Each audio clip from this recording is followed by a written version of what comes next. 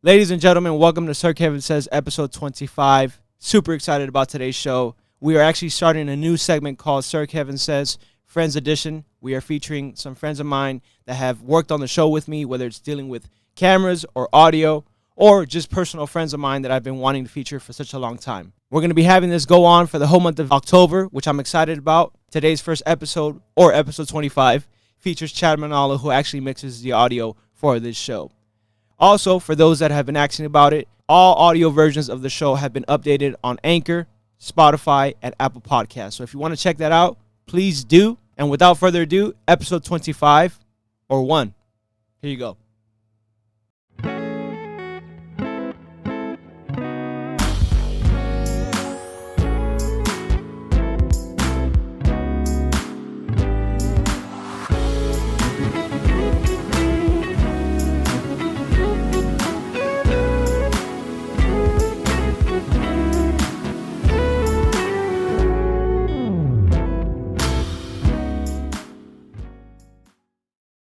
Welcome to episode 25, I believe. Today we feature Chad Manalo, who actually mixes all the audio. Every time we put out a podcast, he helped out a lot. When I first was starting, he's like, hey man, I love the stuff that you're doing, but it sounds like doo-doo. So he's like, send it to me, let me help you out. So we're here today. So Chad, welcome, man. I'm glad to have you here. Thanks for having me, bro.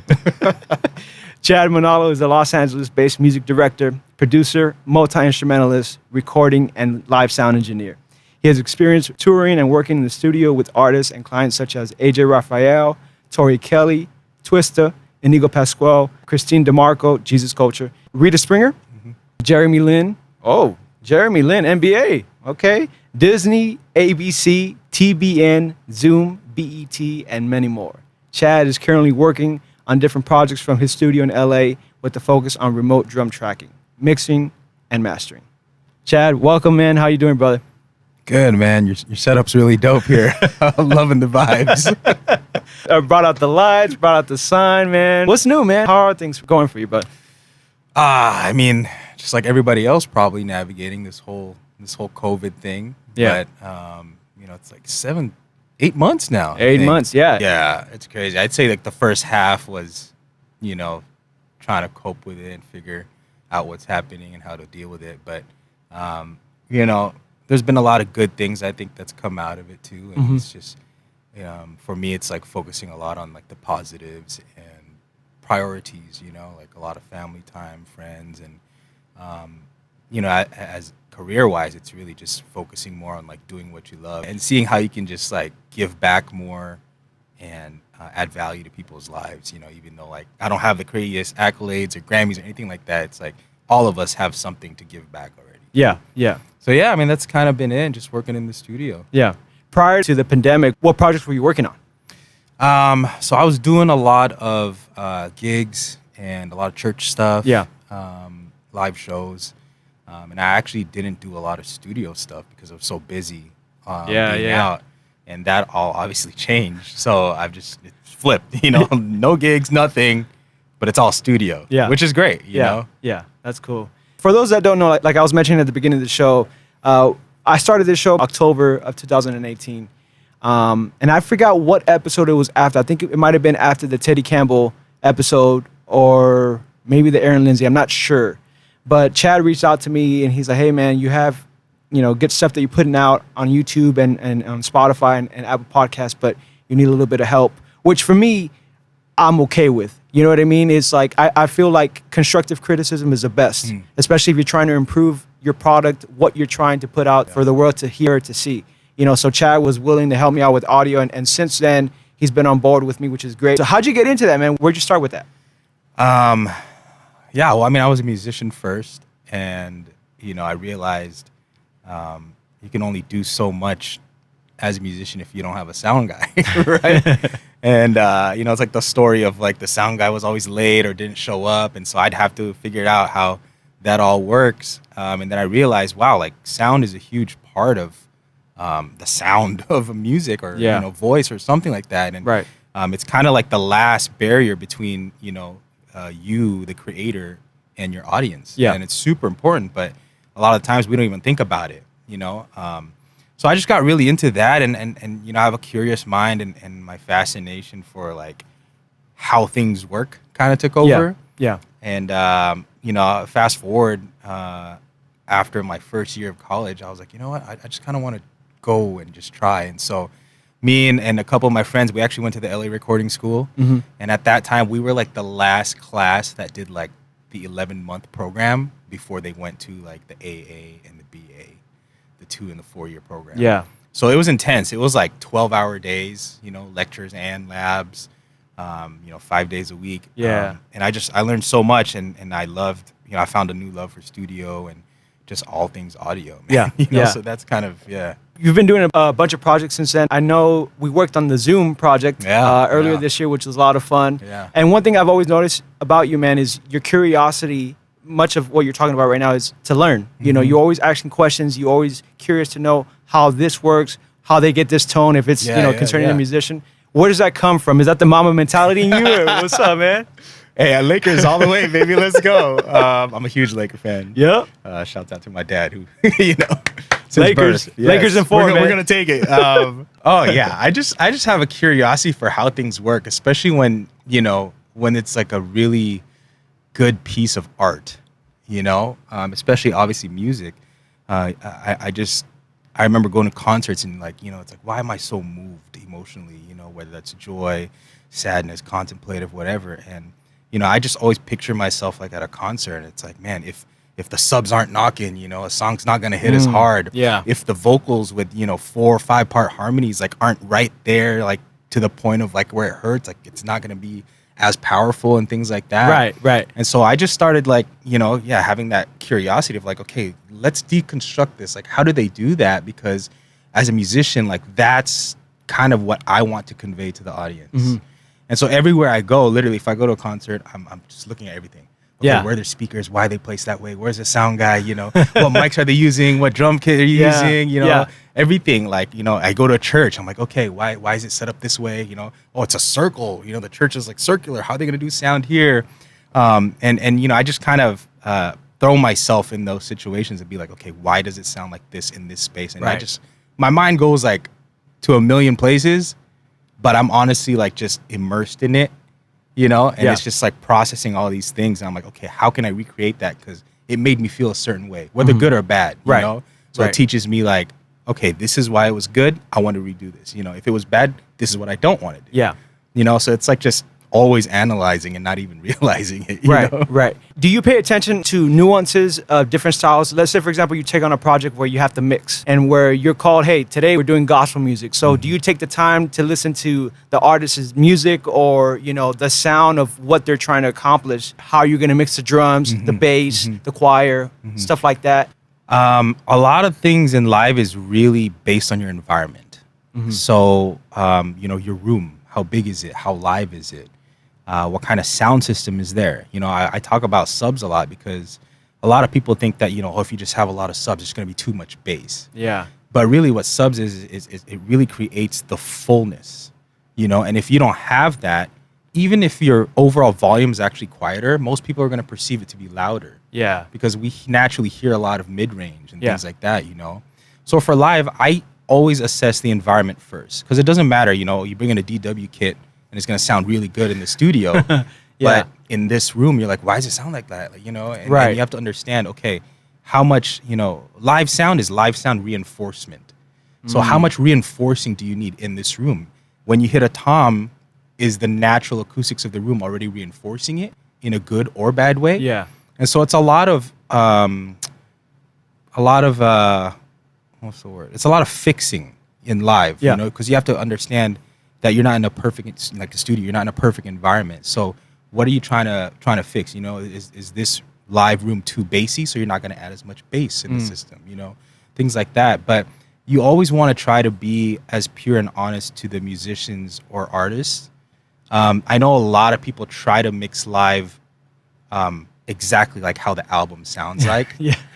I personally am not a fan of that. And I don't like discredit, you know, those engineers or anything. Right. For me, it's like, as an audience, as a fan, I come to a live concert because I want to experience something that can only be experienced at that time. The live musician putting in their own signature to it, which wasn't on the record or the album or something.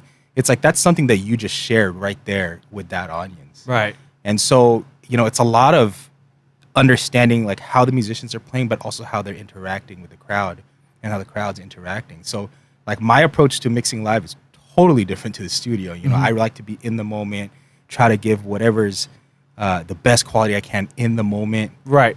Within the environment. Yeah. And what makes sense there. Yeah. You started a Instagram page called Chad Mixes. Yeah. Tell us a little bit about that, man. I followed you, by the way. Thanks, man. Yeah, go ahead and follow me if you haven't. So that came out of, the 4 months of contemplating in COVID I realized like I was blessed enough to do a lot of things in the last, I'd say 8 years maybe. And you know how it is, like when we're busy, like you don't actually have time to like post stuff. Yeah. Because when you're busy, you're actually legit busy, and right. From touring, it's like you do the show, midnight bus, shower in the morning, do your thing, sound check, it's just da. And you're like, oh yeah, Instagram, And what ends up happening for us musicians is like we do the later grams, right? We'll post something, the really nice thing. And I realized, there's no shows going on. There's nothing happening. Yeah. I probably have an archive of photos or videos from like the past 8 years or something. Yeah. And I said, I just want to share it. I just want to share it with people. And a lot of people know me mostly as like a bassist or a music director, but they don't actually know me as a sound engineer. Wow. Which is, what I went to school for. Exactly. Yeah. So, and I also found that because we're all stuck at home quarantining, a lot of people have been texting me. And like, hey man, what mic should I get? Oh, that's cool. What interface should I get? And they're like, hey, I heard that thing you did and it sounded really good. How'd you do that? So I was like, you know what? Like, I think this could be a fun thing. I just want people to know that, hey, I have a little bit of experience in sound and this is what I love to do. This is what I've done. Yeah. And in return, like, it's just a way for me to connect with people and interact and hopefully share that knowledge of the little knowledge that I know to other people and hopefully help them, get inspired too and understand like, hey man, like sound is fun and it can, make or break your record. And, right. But yeah, so that's kind of how that Instagram page just came about. That's cool, man. I always see you posting about drum stuff, microphones, bass, mixing, obviously, Chad Mixes. So if you guys have not already, I invite you to follow Chad Mixes. You guys will gain a bunch of knowledge and occasional Lakers games featured on we always got to have the LED lights, purple and gold on game day, so. No, man. This is a little bit of a shift. I want to ask you, what would you hope comes out of this pandemic for people? The ones that are fearful of the future, skeptical of what might come. Yeah. Well, I'm a believer. I was born and raised in the church. And so I honestly see this pandemic from that lens, and for me, it's really strengthened like my relationship with Christ and really surrendering everything to him. Yeah.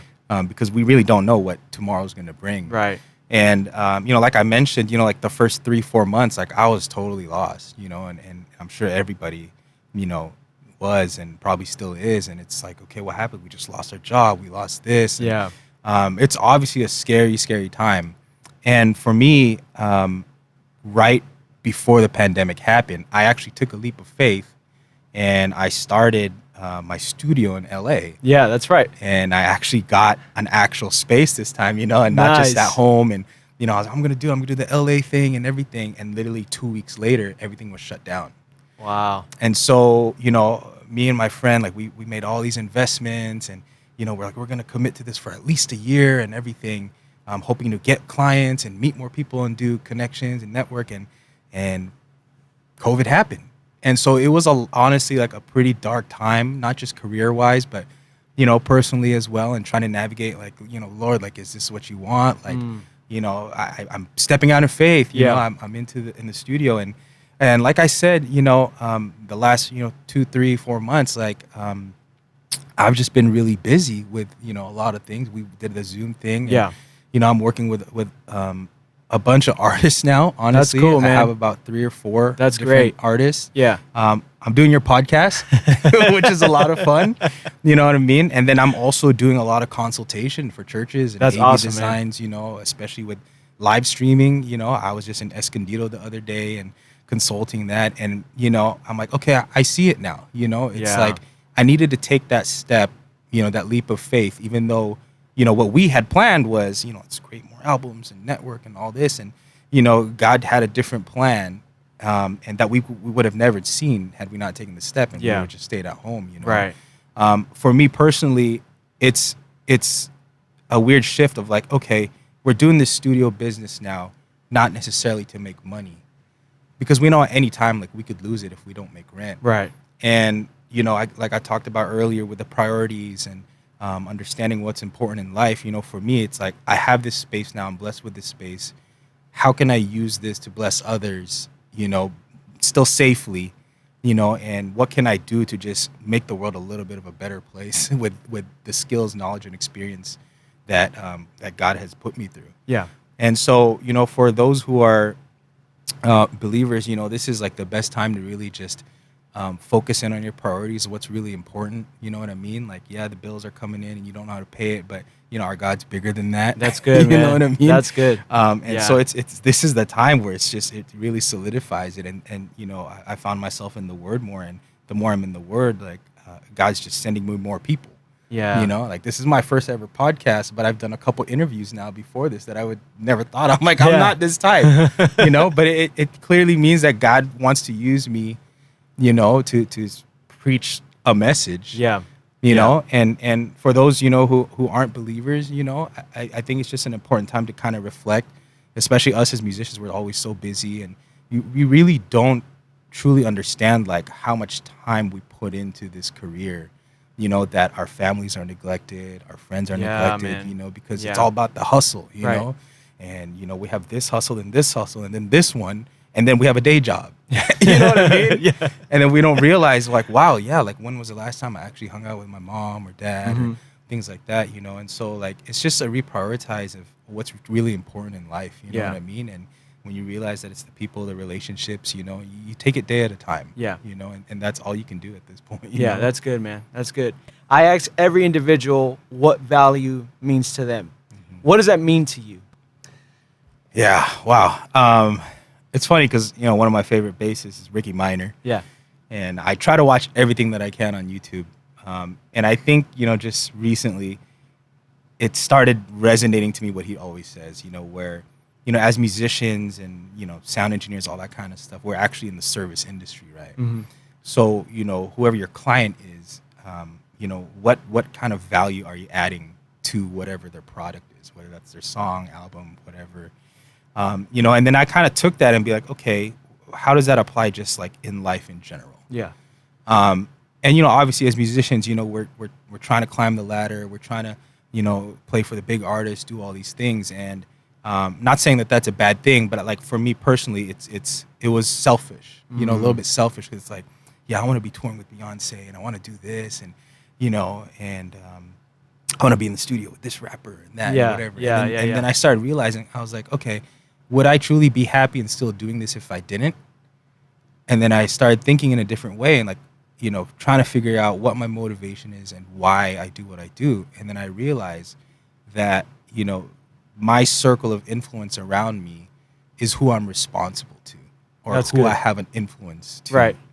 And if I could add value to their lives with the skills that I have, whether I get something back or not, I want to be that kind of unselfish person, because, we've heard like, oh man, God's blessed you with a talent, you should use it in the church or something, but we don't ever think outside of like, hey, how can that apply to like an actual single person? Exactly. Or a group. Or, Right. You know what I mean? Right. And so for me, it's like, I try to apply everywhere where it's like, is me buying a meal for somebody adding value to their life for today?